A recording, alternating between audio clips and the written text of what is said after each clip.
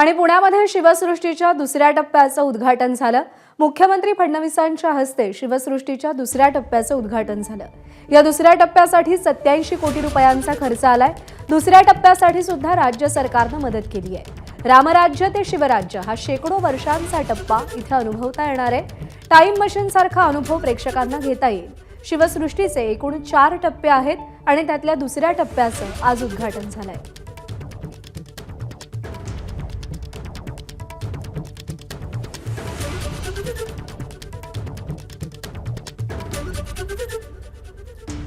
शिवसृष्टीच्या पहिल्या टप्प्याचं मागच्या वर्षी केंद्रीय गृहमंत्री अमित शहा यांच्या हस्ते उद्घाटन करण्यात आलं होतं आणि यावर्षी दुसऱ्या टप्प्याचं उद्घाटन करण्यात आलंय। मुख्यमंत्री देवेंद्र फडणवीस यांच्या हस्ते रामराज्य ते शिवराज्य हा शेकडो वर्षांचा कालखंड इथं अनुभवता येणार आहे। या दुसऱ्या टप्प्यासाठी 87 कोटी रुपयांचा खर्च झाला आणि त्यासाठी राज्य सरकारने देखील मदत केली आहे।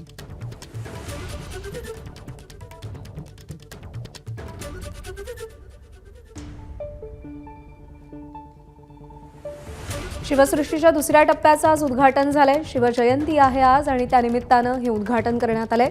मुख्यमंत्री देवेंद्र फडणवीसांच्या हस्ते पुण्यातल्या शिवसृष्टीचं उद्घाटन झालंय।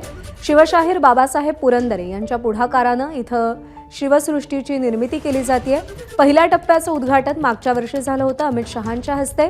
दुसऱ्या टप्प्याचं उद्घाटन मुख्यमंत्री देवेंद्र फडणवीसांच्या हस्ते झालंय। दुसऱ्या टप्प्यासाठी 87 कोटी रुपयांचा खर्च आलाय। दुसऱ्या टप्प्यासाठी देखील राज्य सरकारने मदत केली आहे। पहिल्या टप्प्यात देखील राज्य सरकारकडून हातभार लावण्यात आला होता, केंद्राने देखील मदत केली होती, तर दुसऱ्या टप्प्याच्या कामासाठी राज्य सरकारनेही मदत केली आहे। रामराज्य ते शिवराज्य हा शेकडो वर्षांचा टप्पा इथं अनुभवता येणार आहे।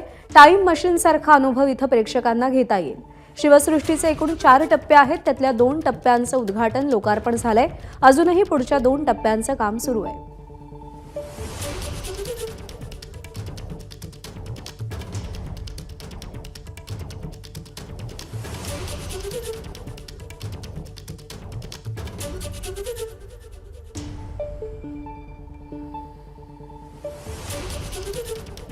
मुख्यमंत्री देवेंद्र फडणवीसांच्या हस्ते उद्घाटन झाले। फिरतं सभागृह हे दुसऱ्या टप्प्याचं मुख्य आकर्षण आहे। 360 अंशांमध्ये फिरणारं सभागृह या दुसऱ्या टप्प्यामध्ये आहे।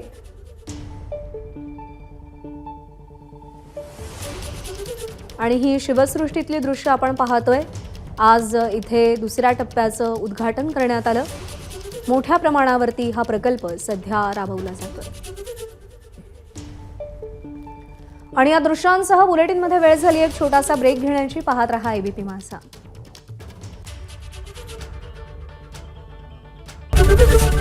एबीपी माझा, उघडा डोळे बघा नीट।